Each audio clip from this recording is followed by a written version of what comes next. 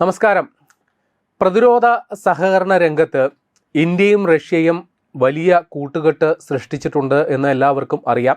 വളരെ തുറന്ന പിന്തുണയാണ് ഇക്കാര്യത്തിൽ റഷ്യൻ പ്രസിഡന്റ് വ്ളാഡിമിർ പുടിൻ ഇന്ത്യക്ക് നൽകുന്നത് എന്നുള്ളതും എല്ലാവർക്കും അറിയാം.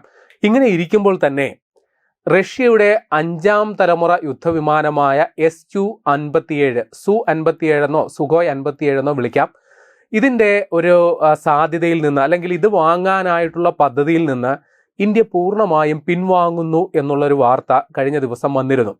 അപ്പോൾ ഇത് ഇന്ത്യൻ പ്രതിരോധ സെക്രട്ടറി രാജേഷ് കുമാർ സിംഗ് അദ്ദേഹം തന്നെയാണ് ഇത് ഔദ്യോഗികമായിട്ട് സ്ഥിരീകരിക്കുന്നത്. സുഖോയ് വകഭേദങ്ങൾ വാങ്ങുന്നതിനെക്കുറിച്ച് ഇന്ത്യ ആലോചിക്കുന്നില്ലെന്ന് അദ്ദേഹം വ്യക്തമാക്കിയിട്ടുണ്ട്. അപ്പോൾ രണ്ട് രാജ്യങ്ങളും തമ്മിൽ ഇത്ര വലിയ സൗഹൃദവും സഹകരണവും ഉള്ളപ്പോൾ ഏത് സാഹചര്യത്തിലാണ് ഇന്ത്യ ഇത്തരത്തിലൊരു നിലപാടെടുത്തത് എന്നുള്ളതാണ് നമ്മൾ പരിശോധിക്കുന്നത്. ഇതിൽ റഷ്യ കോ പ്രൊഡക്ഷൻ ഓഫർ, അതായത് സംയുക്ത ഉൽപാദനം, ഇന്ത്യയുമായി സഹകരിച്ചത് ഉൽപ്പാദിപ്പിക്കാം എന്നൊരു ഓഫർ നൽകിയിരുന്നു. കൂടാതെ സാങ്കേതിക കോഡുകളും റഷ്യ വാഗ്ദാനം ചെയ്തിരുന്നു. എന്നിട്ടും റഷ്യയുടെ ഈ സുഖോയ് 57 വിമാനം ഇന്ത്യ വേണ്ടെന്ന് വെക്കാൻ എന്താണ് കാരണം? അതിന് കൃത്യമായ കാരണങ്ങൾ ഇന്ത്യക്ക് മുമ്പിലുണ്ട്. അതിൻ്റെ ഒന്നാമത്തെ കാരണം, നമ്മൾ റഷ്യയുമായി ഇപ്പോഴല്ല ഇത്തരത്തിലൊരു ചർച്ചകൾ മുൻപോട്ട് പോയത്. നേരത്തെ തന്നെ റഷ്യയുമായി സഹകരിച്ച് 5ാം തലമുറ യുദ്ധവിമാനം വികസിപ്പിക്കാൻ ഇന്ത്യ പദ്ധതി ഇട്ടിരുന്നു. FGFA എന്നുള്ളതായിരുന്നു ആ കരാറിൻ്റെ പേര്, 5th ജനറേഷൻ ഫൈറ്റർ എയർക്രാഫ്റ്റ്. അതാണ് FGFA കൊണ്ട് ഉദ്ദേശിക്കുന്നത്. പക്ഷേ അക്കാലത്ത് ഈ സാങ്കേതിക വിദ്യയും സോഴ്സ് കോഡും ഒക്കെ പങ്കുവയ്ക്കാൻ റഷ്യ വിമുഖത കാണിക്കുകയാണ് ചെയ്തത്. കോടിക്കണക്കിന് രൂപ ഇന്ത്യ ഇതിൻ്റെ പ്രാരംഭ പ്രവർത്തനങ്ങൾക്ക് വേണ്ടി ചെലവഴിച്ചിട്ടും നമ്മുടെ സമയം അത്രയും പാഴാക്കിയിട്ടും അനുകൂലമായൊരു സമീപനം റഷ്യയുടെ ഭാഗത്തു നിന്നുണ്ടായില്ല. അതുകൊണ്ട് 2018 ഇന്ത്യ ആ പദ്ധതിയിൽ നിന്ന് പിന്മാറുകയാണ് ഉണ്ടായത്. പക്ഷേ പിന്നീട് ഇന്ത്യ വെറുതെ ഇരുന്നില്ല, സ്വന്തം പദ്ധതികളുമായിട്ട് മുൻപോട്ട് പോയി. ഇന്ത്യ സ്വന്തമായിട്ട് 5ാം തലമുറ യുദ്ധവിമാനങ്ങൾ നിർമ്മിക്കുന്നതിനും അവൻ്റെ ഗവേഷണ നിരീക്ഷണ പ്രവർത്തനങ്ങളുമായിട്ട് മുന്നോട്ട് പോയപ്പോൾ റഷ്യ തെറ്റു മനസ്സിലാക്കുകയും ഇന്ത്യക്ക് വേണ്ടി പുതിയ ഓഫറുകളുമായിട്ട് മുന്നോട്ട് വന്നിരുന്നെങ്കിലും നഷ്ടപ്പെട്ട വിശ്വാസ്യത വീണ്ടെടുക്കാൻ റഷ്യക്ക് സാധിച്ചില്ല. അതിനൊരു പരിധിവരെ റഷ്യ സമീപകാലത്ത് നേരിടുന്ന അന്താരാഷ്ട്ര ഉപരോധങ്ങളും കാരണമാണ് എന്നുള്ളത് കൂടി മനസ്സിലാക്കണം. അതുകൊണ്ട് ഇന്ത്യ റഷ്യയുമായിട്ട് സഹകരിക്കുന്നില്ല എന്നുള്ളത് കൂടി മനസ്സിലാക്കണം. ഇനി ഇതിൻ്റെ അടിസ്ഥാന കാരണം ഇതൊന്നുമല്ല. ഇപ്പോൾ ഏതെങ്കിലും ഒരു രാജ്യത്തിൻ്റെ മറ്റൊരു രാജ്യത്തിൻ്റെ സാങ്കേതിക വിദ്യ വാങ്ങി വിമാനം നിർമ്മിച്ചാലുള്ള കുഴപ്പം ഭാവിയിൽ അതിൽ മാറ്റങ്ങൾ വരുത്താനോ പുതിയ ആയുധങ്ങൾ ഘടിപ്പിക്കാനോ എപ്പോഴും ആ രാജ്യത്തിൻ്റെ അനുവാദം വേണം എന്നുള്ളതാണ്. ഇപ്പോൾ റഷ്യ സോഴ്സ് കോഡ് തരാമെന്ന് പറഞ്ഞെങ്കിലും വിമാനത്തിൻ്റെ അടിസ്ഥാന ഘടനയിലും സാങ്കേതിക വിദ്യയിലും പൂർണ്ണമായ പരമാധികാരം അത് ഞങ്ങൾക്ക് വേണം എന്നൊരു കർശന നിലപാട് ഇന്ത്യ എടുത്തു. അത് റഷ്യക്ക് സ്വീകാര്യമായിരുന്നില്ല. അതും ഈ കരാറ് പിന്നോട്ട് പോകാനുള്ള കാരണമായി. ഇനി ഇതൊക്കെ പഴയ ചരിത്രമാണ്, 2018 ഉണ്ടായ കഥയാണ് ഈ പറയുന്നത്. പക്ഷെ ഇപ്പോൾ അതല്ല. റഷ്യ സുഖോയ് 57 എന്ന അവരുടെ 5ാം തലമുറ യുദ്ധവിമാനം ഇന്ത്യയുടെ സഹകരണം ഇല്ലാതിരുന്നിട്ട് അവർ സാധ്യമാക്കി. പക്ഷേ ആ വിമാനത്തിന് ചില പോരായ്മകളുണ്ട് എന്നുള്ളതാണ് നമ്മൾ ഇപ്പോൾ ഈ കരാറ് വേണ്ട എന്ന് വെക്കാനുള്ള കാരണം. അപ്പോൾ അതെന്തൊക്കെയാണ് എന്ന് നോക്കാം. ഈ 5ാം തലമുറ വിമാനം എന്നാണല്ലോ ഈ സുഖോയ് 57 വിശേഷിപ്പിക്കുന്നത്. പക്ഷേ 5ാം തലമുറ വിമാനങ്ങളുടെ ഏറ്റവും പ്രധാന ക്വാളിറ്റി എന്ന് പറയുന്നത് അതിൻ്റെ സ്റ്റെൽത്ത് കപ്പാസിറ്റിയാണ്, അല്ലെങ്കിൽ ഈ റഡാറിൻ്റെ കണ്ണിൽപ്പെടാതെ ഒളിച്ചു കിടക്കാനുള്ള ശേഷി. പക്ഷേ ഈ സുഖോയ് വിമാനത്തിൻ്റെ സ്റ്റെൽത്ത് ഡിസൈൻ പൂർണ്ണമല്ലെന്നും അതിൻ്റെ എൻജിൻ പ്രകടനത്തിലും റഡാർ സെൻസറുകളിലും പോരായ്മകളുണ്ടെന്നും ഇന്ത്യയുടെ വ്യോമസേന വിലയിരുത്തി. അതാണ് അടിസ്ഥാന കാരണം. 5ാം തലമുറ യുദ്ധവിമാനം എന്ന് പറഞ്ഞ് വാങ്ങിച്ചു വെച്ചിട്ട് അതിൻ്റെ ഏറ്റവും സവിശേഷമായ ക്വാളിറ്റിയായ സ്റ്റെൽത്ത് കപ്പാസിറ്റി തന്നെ സംശയത്തിലാണെങ്കിൽ പിന്നെ പറഞ്ഞിട്ട് കാര്യമില്ലല്ലോ. കൂടാതെ ഇപ്പോൾ ഇന്ത്യൻ വ്യോമസേനയിൽ ഈ റഷ്യൻ യുദ്ധവിമാനങ്ങളുടെ പ്രവർത്തന സജ്ജത എന്ന് പറഞ്ഞൊരു സാധനമുണ്ട്, അല്ലെങ്കിൽ ഓപ്പറേഷണൽ റെഡിനെസ്. ഒരു അടിയന്തര സാഹചര്യം ഉണ്ടായാൽ ഞാൻ റെഡി എന്ന് പറഞ്ഞുകൊണ്ട് നിൽക്കുന്ന റഷ്യൻ വിമാനങ്ങളുടെ അവസ്ഥ വളരെ പരിതാപകരമാണ്. ഏതാണ്ട് 55% മുതൽ 65% വരെയാണ് ഓപ്പറേഷണൽ റെഡിനെസ് റഷ്യൻ വിമാനങ്ങൾക്കുള്ളത്. ഇപ്പോൾ നമ്മുടെ കയ്യിൽ നേരത്തെ മിഗ് ഉണ്ടായിരുന്നു, അത് റിട്ടയർ ചെയ്തു. ഇപ്പോൾ സുഖോയ് 30 വിമാനങ്ങളാണ് നമ്മുടെ കൈവശമുള്ളത്. അതിൻ്റെ ഓപ്പറേഷണൽ റെഡിനെസ് എന്ന് പറയുന്നത് വളരെ കുറവാണ്, 55 മുതൽ 65% വരെ. അതായത് ഏതാണ്ട് പകുതി മാത്രമേ, ഉള്ള വിമാനങ്ങളുടെ പകുതി മാത്രമേ യുദ്ധത്തിന് സജ്ജമായി എപ്പോഴും ഉണ്ടാകുള്ളൂ. ബാക്കി വിമാനങ്ങളൊക്കെ ഏതെങ്കിലും തരത്തിലുള്ള അറ്റകുറ്റപ്പണികൾക്ക് വേണ്ടി മാറ്റി വെക്കേണ്ടി വരും. അപ്പോൾ ഇത് ഈ പാശ്ചാത്യ രാജ്യങ്ങളുടെ യുദ്ധവിമാനങ്ങളുമായിട്ട് കമ്പയർ ചെയ്യുമ്പോൾ വളരെ കുറവാണ് ഇതിൻ്റെ ഓപ്പറേഷണൽ റെഡിനെസ്. സാധാരണഗതിയിൽ അവർക്ക് 75% മുകളിൽ അല്ലെങ്കിൽ 85% വരെ ഓപ്പറേഷണൽ റെഡിനെസ് മറ്റ് വിദേശ രാജ്യങ്ങളിലെ വിമാനങ്ങൾക്കുണ്ട്. ഇപ്പോൾ നമ്മുടെ കയ്യിലുള്ള ഫ്രാൻസിൻ്റെ റഫേൽ എന്ന് പറയുന്ന വിമാനത്തിന് 70% മുകളിലാണ്. അല്ലെങ്കിൽ തേജസിന്, നമ്മുടെ സ്വന്തം തേജസിന് 70-നും 80-നും ഇടയിൽ ഓപ്പറേഷണൽ റെഡിനെസ് ഉണ്ട് എന്നുള്ളതോട് മനസ്സിലാക്കുമ്പോഴാണ് ഈ സുഖോയ് 57ൻ്റെ പോരായ്മകളെക്കുറിച്ച് നമ്മൾ ചിന്തിക്കുന്നത്. പിന്നെ ഏറ്റവും വലിയൊരു കുഴപ്പം ഈ റഷ്യൻ വിമാനങ്ങളുടെ എഞ്ചിൻ്റെ ആയുസ് വളരെ കുറവാണ് എന്നുള്ളതുകൂടി പറയുന്നുണ്ട്. അപ്പോൾ അതിന് നിരന്തരമായ സർവീസിങ് വേണ്ടി വരും, വലിയ അറ്റകുറ്റപ്പണികളും ആവശ്യമാണ്. പക്ഷേ അങ്ങനെ അറ്റകുറ്റപ്പണികൾ വന്നാൽ 8ൻ്റെ പണിയും കിട്ടും. കാരണം ഇപ്പോൾ റഷ്യ ഉക്രൈൻ യുദ്ധം നടന്നുകൊണ്ടിരിക്കുകയാണല്ലോ. അതുകൊണ്ട് തന്നെ നമുക്ക് വേണ്ടിയുള്ള സ്പെയർ പാർട്സുകളോ എഞ്ചിൻ സാമഗ്രികളോ യഥാസമയത്ത് എത്തിച്ചു തരാൻ റഷ്യയ്ക്ക് ഒരു പക്ഷേ സാധിച്ചെന്ന് വരില്ല. അപ്പോൾ അതും ഈ ഓപ്പറേഷണൽ റെഡിനെസ് ഇത്ര കുറയാനായിട്ടുള്ള കാരണമുണ്ട്. പിന്നെ മറ്റൊരു സംഗതി, ഇപ്പോൾ റഷ്യയുടെ കയ്യിൽ ഈ സുഖോയ് 57 വിമാനങ്ങളുടെ ദൗത്യസജ്ജത ഇപ്പോൾ റഷ്യൻ നിലവിൽ ഈ സുഖോയ് 57 ഉപയോഗിക്കുന്നുണ്ട്.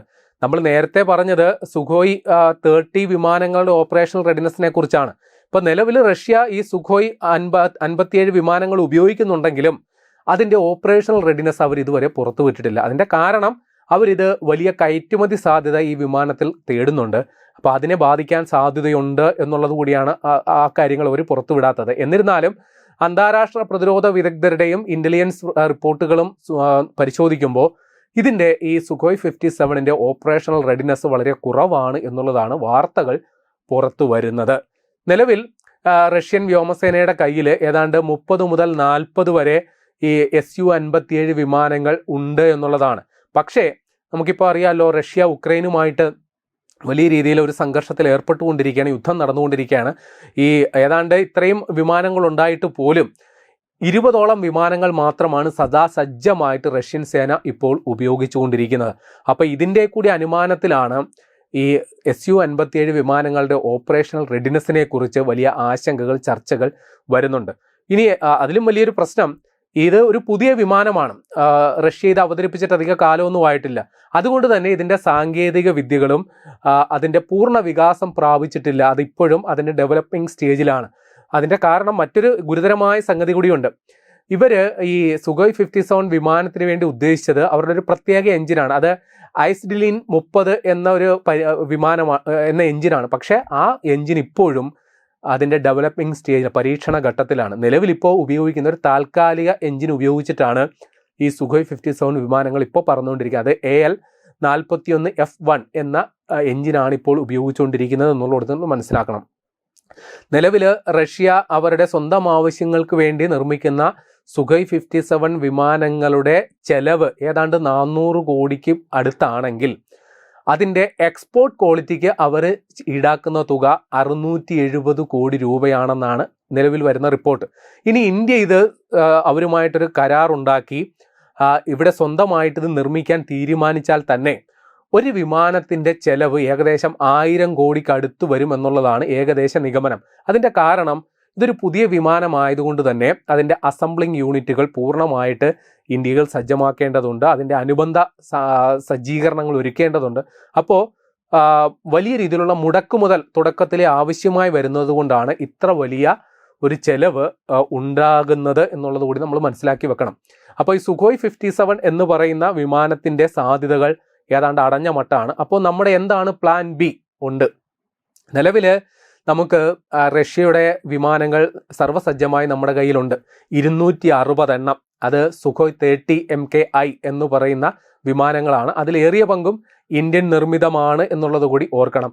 അപ്പോൾ ഈ നിലവിലുള്ള ഈ സുഖോയ് 30 MKI വിമാനങ്ങളെ പുതിയ റഡാറുകളും ഏവിയോണിക്സും ഒക്കെ നൽകി നവീകരിക്കാനായിട്ടാണ് നമ്മുടെ രാജ്യം ഇപ്പോൾ പദ്ധതിയിടുന്നത്. അപ്പോൾ റഷ്യയെ പൂർണ്ണമായും ഒഴിവാക്കുന്നില്ല. കൂടാതെ നമ്മൾ ഹിന്ദുസ്ഥാൻ എയറോനോട്ടിക്സ് ലിമിറ്റഡിന് 12 പുതിയ സുഖോയ് 30 കൂടി നിർമ്മിക്കാനും ഓർഡർ കൊടുത്തിട്ടുണ്ട്. ഇനി ഏറ്റവും പ്രധാനമായ സംഗതി, ഈ സുഖോയ് 57 ഒരു 5ാം തലമുറ വിമാനമാണെന്ന് പറഞ്ഞല്ലോ. നമുക്ക് 5ാം തലമുറ വിമാനങ്ങൾ നിലവിലില്ല. നമുക്ക് അത് ആവശ്യവുമാണ്. അപ്പോൾ റഷ്യ അല്ലെങ്കിൽ മറ്റെന്ത് ഓപ്ഷൻ എന്ന് പറഞ്ഞാൽ നമ്മൾ സ്വന്തമായി നിർമ്മിക്കാൻ തന്നെയാണ് തീരുമാനം. അതിന് AMCA എന്നാണ് ആ പ്രൊജക്റ്റിന് കൊടുത്തിരിക്കുന്ന പേര്. അഡ്വാൻസ്ഡ് മീഡിയം കോമ്പാക്ട് എയർക്രാഫ്റ്റ് എന്നുള്ളതാണ് ആ പദ്ധതി കൊടുത്തിരിക്കുന്ന പേര്.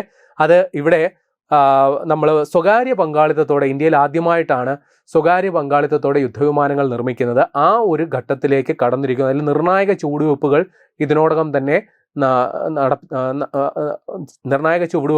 തന്നെ നടപ്പിലാക്കപ്പെടുകയും ചെയ്തിട്ടുണ്ട്. അതുകൂടാതെ നമ്മൾ നിലവിൽ 4.5 ജനറേഷനിൽപ്പെട്ട റഫേൽ വിമാനങ്ങൾ നിലവിൽ 36 നമ്മുടെ കസ്റ്റഡിയിലുണ്ട്. ഒരു 26 നേവിക്ക് വേണ്ടി വാങ്ങാൻ ഉദ്ദേശിക്കുന്നുണ്ട്. ഇതുകൂടാതെ 114 പുതിയ റഫേൽ കൂടി നമ്മൾ വാങ്ങാൻ കരാറായിട്ടുണ്ട്. അതിൽ സംയുക്തമായിട്ട് ഫ്രാൻസുമായി സംയുക്ത നിർമ്മാണ കരാറുകളിൽ ഏർപ്പെട്ടിട്ടുണ്ട്. ആ രീതിയിലുള്ള പരിപാടികളുമായിട്ട് മുന്നോട്ട് പോകുന്നു. ഇനി ഏറ്റവും വലിയ ഹൈലൈറ്റ് അതല്ല, 5ാം തലമുറ യുദ്ധവിമാനങ്ങൾ സുഖോയ് 57 വേണ്ടാന്ന് വെക്കുന്നതിലാണല്ലോ ആശങ്ക. നമ്മൾ ഒരു പടി കൂടി കടന്ന് ഫ്രാൻസ് ഉൾപ്പെടുന്ന സഖ്യവുമായി 6ാം തലമുറ യുദ്ധവിമാനങ്ങൾ നിർമ്മിക്കുന്നതിനുള്ള പദ്ധതികളിലേക്ക് രാജ്യം കടക്കുകയാണ്. അത് ഈ FCAS future compact air system എന്നുള്ളതാണ്. അത് ഫ്രാൻസ് മുൻകൈയെടുത്ത് തുടങ്ങിയ ഒരു കൂട്ടായ്മയാണ്. അത് ഫ്രാൻസ്, ജർമ്മനി, സ്പെയിൻ എന്നീ രാജ്യങ്ങൾ ചേർന്ന് രൂപീകരിക്കപ്പെട്ട ഒരു കൂട്ടായ്മയാണ്. പക്ഷേ അതിൽ നിന്ന് ചില തർക്കങ്ങളുടെ പേരിൽ, അല്ലെങ്കിൽ അവരുടെ അതാത് വിമാന കമ്പനികൾ തമ്മിലുള്ള ഈഗോ ക്ലാഷിന്റെ പേരിൽ ജർമ്മനി ആ കരാറിൽ നിന്ന് ഇപ്പോൾ പിൻവാങ്ങി നിൽക്കുന്ന സാഹചര്യമാണ്. അതുകൊണ്ട് ഇതിൽ പങ്കാളിയാകാൻ ഇന്ത്യ താല്പര്യപ്പെടുന്നു എന്നുള്ളതാണ് ഏറ്റവും പുതിയ വിവരം. അപ്പോൾ സുഖോയ് 57 എന്ന് പറയുന്ന വിമാനം, അതിൻ്റെ ക്ഷമതയിൽ നമുക്കുള്ള ആശങ്ക ഒരു കാര്യം. നമ്മളത് വാങ്ങിയാൽ അതിൻ്റെ സ്പെയർ പാർട്സുകൾ യഥാസമയം കിട്ടുമോ, ഈ പറയുന്ന രീതിയിൽ അതിൻ്റെ പ്രവർത്തന മികവ് ഉണ്ടാകുമോ, ഇത്തരം ആശങ്കകൾ നിൽക്കുന്നു. അതുകൊണ്ടാണ് നമ്മൾ റഷ്യയുമായിട്ട് ഇത്ര വലിയ അടുത്ത സൗഹൃദം ഉണ്ടായിട്ട് പോലും ആ ഒരു പദ്ധതിക്ക് കൈ കൊടുക്കാത്തത്. എന്ന് വെച്ചുകൊണ്ട് നമ്മൾ ബദൽ സാധ്യതകൾ തേടുന്നില്ല എന്നതിനർത്ഥമില്ല. നമ്മൾ സ്വന്തം നിലയിൽ 5ാം തലമുറ യുദ്ധവിമാനങ്ങൾ വികസിപ്പിക്കുന്നു. അതും കടന്ന് 6ാം തലമുറ യുദ്ധവിമാനങ്ങൾ പോകുന്നു. എന്തുകൊണ്ട് ഇത്തരം ചടുലമായ നീക്കങ്ങൾ നടത്തുന്നു എന്ന് ചോദിച്ചാൽ, തീർച്ചയായിട്ടും നമ്മുടെ യുദ്ധവിമാനങ്ങളുടെ എണ്ണത്തിൽ വലിയ കുറവ് നമ്മൾ അനുഭവിക്കുന്നുണ്ട്. 43 സ്ക്വാഡ്രൺ വിമാനങ്ങൾ വേണ്ട സ്ഥാനത്ത് നിലവിൽ 29 സ്ക്വാഡ്രൺ വിമാനങ്ങൾ മാത്രമാണ് നമ്മുടെ കയ്യിലുള്ളത്. അപ്പോൾ നമ്മൾ എന്നിട്ടും നമ്മൾ ആ ഭീഷണി അതൊരു വെല്ലുവിളി ആയിട്ടും നമ്മൾ അതിനെ സധൈര്യം നേരിടുന്നത് നമ്മുടെ പക്കലുള്ള നിരവധിയായ മിസൈൽ ശേഖരം അത്രയ്ക്കുള്ളത് കൊണ്ടാണ്. യുദ്ധവിമാനങ്ങളുടെ എണ്ണം ഇത്ര കുറവായിട്ട് നമ്മൾ അത് തൽക്കാലം അങ്ങനെ നിൽക്കട്ടെ, കുറച്ച് സമയം എടുത്തിട്ടാണെങ്കിലും നമുക്ക് പുതിയ തലമുറ വിമാനങ്ങൾ സ്വന്തമാക്കാം എന്നുള്ളൊരു നിലപാടെടുക്കുന്നത്. എന്ന് വെച്ച് നമ്മൾ അതിനെ, ഈ പുതിയ സാഹചര്യത്തെ, നമുക്ക് ശത്രുക്കളുടെ എണ്ണം കൂടുകയാണ്. പാകിസ്ഥാൻ, ചൈന, ബംഗ്ലാദേശ്, തുർക്കി അടക്കമുള്ള രാജ്യങ്ങൾ ശത്രു പട്ടികയിലുണ്ട്. അപ്പോൾ അതുകൊണ്ട് നമ്മൾ ഒരു വിട്ടുവീഴ്ചയും ഇക്കാര്യത്തിൽ ചെയ്യുന്നില്ല. കുറച്ചുകൂടി ഉന്നതമായ രീതിയിൽ ചിന്തിച്ച് പുതിയ സാധ്യതകൾ തേടുകയാണ്. ഒപ്പം റഷ്യക്ക് ഈ കാര്യത്തിൽ റഷ്യയുമായിട്ട് സഹകരിക്കാൻ സാധിക്കാത്തതിൽ തീർച്ചയായിട്ടും നിരാശയുണ്ട്. എന്നിരുന്നാലും അതുകൊണ്ട് ഒരു അടഞ്ഞ അധ്യായമില്ല. ഇനി ഒരു രഹസ്യം കൂടി പറഞ്ഞ് നമുക്ക് അവസാനിപ്പിക്കാം. ഈ റഷ്യയുമായി യുദ്ധവിമാനങ്ങളുടെ കാര്യത്തിൽ സഹകരിക്കാത്തതിന് പിന്നിൽ തന്ത്രപരമായ മറ്റൊരു കാരണം കൂടിയുണ്ട്. അത് റഷ്യയും ചൈനയുമായിട്ടുള്ള വലിയ രീതിയിലുള്ള സഹകരണമാണ്. ഒരു പരിധിവരെ റഷ്യൻ യുദ്ധവിമാനങ്ങളുടെ സാങ്കേതിക ക്ഷമതയെക്കുറിച്ചും സാങ്കേതിക വിദ്യയെക്കുറിച്ചും ചൈനയ്ക്ക് നല്ല ധാരണയുണ്ട്. അതുകൊണ്ട് തന്നെ ഇന്ത്യ ഇപ്പോൾ എടുത്തിരിക്കുന്ന ഒരു പൊതു നിലപാട് നമ്മുടെ ആയുധങ്ങളുടെ കാര്യത്തിൽ വൈവിധ്യവൽക്കരണം കൊണ്ടുവരിക എന്നുള്ളതാണ്. ഇപ്പോൾ റഷ്യൻ വിമാനങ്ങൾ നമുക്ക് ഓൾറെഡി ഉണ്ട്. സുഖോയ് MKI ഉണ്ട്, സുഖോയ് 30 MKI ഉണ്ട്. അതുകൂടാതെ ഫ്രാൻസിൻ്റെ റഫേൽ വിമാനങ്ങൾ നമ്മുടെ കൈ കൂടെ വരുമ്പോൾ നമ്മുടെ ക്ഷമത കുറച്ചുകൂടി വർദ്ധിക്കുന്നു. പിന്നെ നമ്മൾ സ്വന്തമായി നിർമ്മിക്കുന്ന തേജസും കൂടെ നമ്മുടെ സ്വന്തമായ AMCA പ്രൊജക്റ്റും കൂടി വരുമ്പോൾ നമ്മുടെ ആയുധങ്ങളുടെ വൈവിധ്യം അത് നൽകുന്ന ഒരു പ്രത്യേക ആത്മവിശ്വാസവും കരുത്തും വളരെ കൂടുതലായിരിക്കും. അതുകൊണ്ട് തന്നെയാണ് തൽക്കാലം ഇപ്പോൾ റഷ്യയുമായിട്ട് ഈ രീതിയിലുള്ള സഹകരണം വേണ്ട എന്ന് തീരുമാനിക്കാനുള്ള കാരണം.